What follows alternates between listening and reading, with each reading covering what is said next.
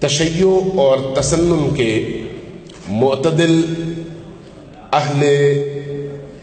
معرفت اور نور قلب رکھنے والے ایسے اکابر علماء، مشائخ، طلباء اور افاضل کا مجموعہ یہاں پر جمع ہے کہ جن کا یہ اجتماع خود قرآن کریم کی ان آیات کی عملی مصداق ہے جس میں اللہ نے امت مسلمہ اور امت واحدہ کے طور پر امت محمدی کو ایک دوسرے سے جڑنے کا حکم دیا ہے۔ اور تیسرا پہلو، ہمارے درمیان موجود وہ مقدس اور متبرک ہستیاں جن پر اہل البیت علیہم الصلوۃ والسلام اور خصوصاً امیر المؤمنین اور امیر الموحدین علی ابن ابی طالب علیہ الصلوۃ والسلام اور ان کی آل و اولاد کے مزارات اور ان کے حرم کے وہ خادمین جو آج یہاں پر ہمارے درمیان تشریف لائے، اور ان میں سے بعض ہستیوں کی گفتگو آپ نے سنی۔ ایک اور پہلو، قرآن کریم فرقان مجید کی ان آیات کی معجزانہ تلاوت ایک عرصے سے ایک دوسرے کے خلاف پروپیگنڈوں کے جو دروازے اس پورے خطے میں کھولے گئے تھے، جس کا مقصد امت مسلمہ کے ان دو طبقوں کے درمیان زیادہ سے زیادہ دنیا پیدا کرنا تھا، اور ہر طبقے کے اندر موجود مفسد عناصر دوسرے طبقے کی کمزوریوں اور خطاؤں کی غلط نشاندہی کر کے نفرتوں کا طوفان کھڑا کرنے کی کوشش کرتے تھے، جن میں سے ایک موضوع قرآن تھا۔ کسی مستشرق کی بات میں پڑھ رہا تھا، وہ کہنے لگا کہ میری نظر میں قرآن محرف ہے اور ہر صورت میں اس میں تحریف ہوئی ہے، اور اس کی کوئی اور دلیل نہیں ہے۔ مسلمان سب اس بات کو مانتے ہیں کہ قرآن میں تحریف ہوئی ہے۔ کیسے مانتے ہیں؟ تو اسے کہا کہ بہت سارے اہل سنت علماء نے تشیع کے بعض علماء کی بعض عبارتیں نقل کر کے کہا کہ شیعہ تحریف قرآن کے قائل ہیں، لہذا مسلمانوں کا ایک طبقہ تو کہتا ہے کہ ہاں قرآن میں تحریف ہوئی ہے، اور دوسری طرف اہل تشیع کے بعض علماء نے بہت سارے اہل سنت کے علماء کی کتابوں میں سے عبارتیں نقل کی ہیں کہ قرآن میں تحریف ہوئی ہے۔ جب دونوں طبقات مدعی ہیں کہ قرآن میں تحریف ہوئی ہے تو پھر آپ انکار کیوں کرتے ہیں؟ واقعی قرآن میں تحریف ہوئی ہے۔ یہ دشمن کا ہتھ کنڈا۔ اس طرح کے ہتھ کنڈوں کا جواب آج کے ان نوجوان قاریان قرآن کی یہ دلنشین اور معجزہ سا تلاوت کا انداز ہے، جو مسلمانوں کو بتا رہا ہے کہ جب تک دنیا میں شیعہ اور سنی ایک دوسرے کے ساتھ بازو سے بازو ملا کر، کندھے سے کندھا ملا کر قرآن اور اہل البیت کی خدمت میں موجود ہیں، دشمن کی کوئی ایسی سازش کامیاب نہیں ہو سکتی، جس کی زندہ دلیل آج کی یہ محفل اور آج کا یہ اجتماع ہے۔ حضرت فاطمہ الزہرا سلام اللہ علیہا اور ان کا ذکر معمول کی ایک مجلس کا نام نہیں ہے۔ فاطمہ الزہرا سلام اللہ علیہا، جیسے بعض مجھ سے پہلے کے مقررین نے فرمایا کہ رسول اللہ کے وجود کا وہ حصہ ہے جن کے حوالے سے بعض اکابر علماء نے بڑا خوبصورت اور لطیف نکتہ بیان کیا کہ رسول کریم آخری نبی بن کر آئے، خاتم الرسل اور خاتم الانبیاء قرار پائے، اور آپ کے بارے میں قرآن نے کہا کہ لکم فی رسول اللہ اسوۃ حسنۃ۔ اب سوال یہ ہے کہ کیا رسول کریم صلی اللہ علیہ وآلہ وسلم دنیا کی اس انسانوں کی آبادی میں جو نصف سے زیادہ خواتین ہیں ان خواتین کے لیے بھی مکمل نمونہ ہے یا بعض پہلوؤں سے تشنگی باقی ہے؟ کہا کہ تشنگی باقی ہے اس لیے کہ رسول کریم مرد ہیں، تو اس تشنگی کی تکمیل بضعت رسول نے کی اور وجود رسول کے اس ٹکڑے نے کی جس کو نبی کریم نے اپنے وجود کا حصہ قرار دیا اور عملی طور پر ان کی عظمتوں کو بیان کرنے کا کوئی موقع ہاتھ سے جانے نہیں دیا، جس کو فاطمۃ الزہرا بطول عذرا کہتے ہیں۔ جب ہم رسول کریم کی سیرت کا مطالعہ کرتے ہیں تو عجیب کیفیت نظر آتی ہے۔ ابھی کوریجا صاحب نے بڑا خوبصورت نقطہ بیان فرمایا، میں اش کر اٹھا ان کی اس نقطہ سنجی پر، جو انہوں نے بیان فرمایا کہ فاطمہ الزہرا سلام اللہ علیہا کے استقبال کے لیے نبی کریم کا اٹھنا آیا سنت ہے یا سنت سے ماورا کوئی اور حقیقت ہے؟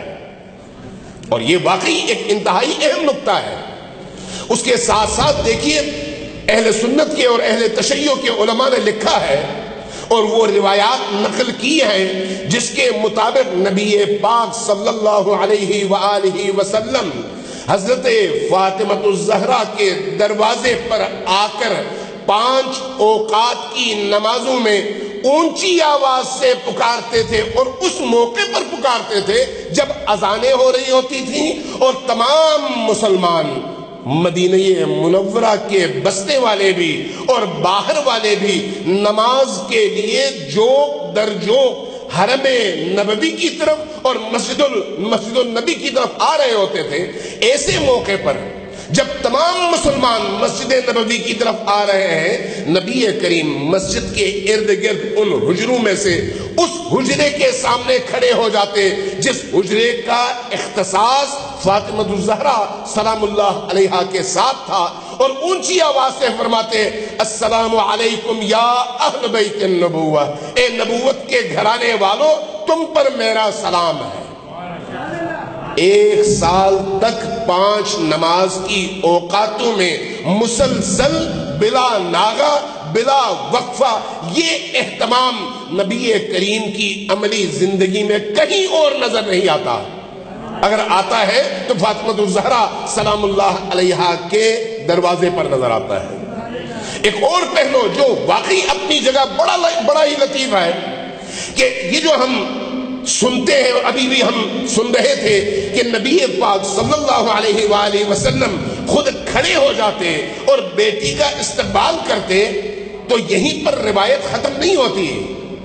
یہاں پر روایت ختم نہیں ہوتی۔ اس سے پہلے یہ نقطہ ضرور سامنے رکھیے گا کہ رسول کریم کا ہر قول اور ہر فعل بے امر ربی ہے، اس لیے کہ رسول کی اپنی کوئی مرضی نہیں ہے، جو بھی ہے وہ خدا کی مرضی ہے۔ بولے تب بھی اللہ کی رضا، اور اٹھے تب بھی اللہ کی رضا، بیٹھے تب بھی اللہ کی رضا۔ لہذا وہ رسول جب بیٹی کے استقبال کے لیے کھڑے ہوتے تو صرف کھڑے نہیں ہوتے بلکہ چند قدم آگے بڑھتے استقبال کے لیے، اور آگے بڑھنے کے بعد بیٹی کو اپنے سینے سے لگاتے، پیشانی چومتے، اور واپس آنے کے بعد اپنی جگہ عجیب کام کرتے، اپنی بیٹی کو اپنی مسند پر بٹھاتے، خود سامنے بیٹھ جاتے۔ اب ذرا سوچئے کہ یہ کیسا اہتمام ہے اس خاتون جنت کے لیے جس کو پھر اسی رسول گرامی اسلام نے ایسا لقب دیا جو اس سے پہلے کسی خاتون کو نصیب نہ ہوا، اور اس کے بعد تو کسی میں یہ جرأت نہیں ہے کہ اس کی ہمسری کر سکے۔ سیدۃ النساء اہل الجنہ، یعنی اگر بہشت میں مریم ہے تو وہ کنیز زہرا ہے، اگر بہشت میں ہاجر ہے تو وہ کنیز زہرا ہے،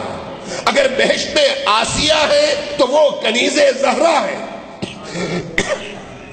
اس لیے کہ ان تمام اہل بہشت خواتین کی سردار اور ان کی سربراہ یہ ہستیاں ہیں جن کو فاطمۃ الزہرا کہا جاتا ہے۔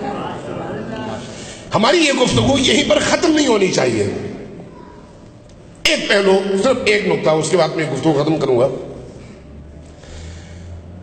کچھ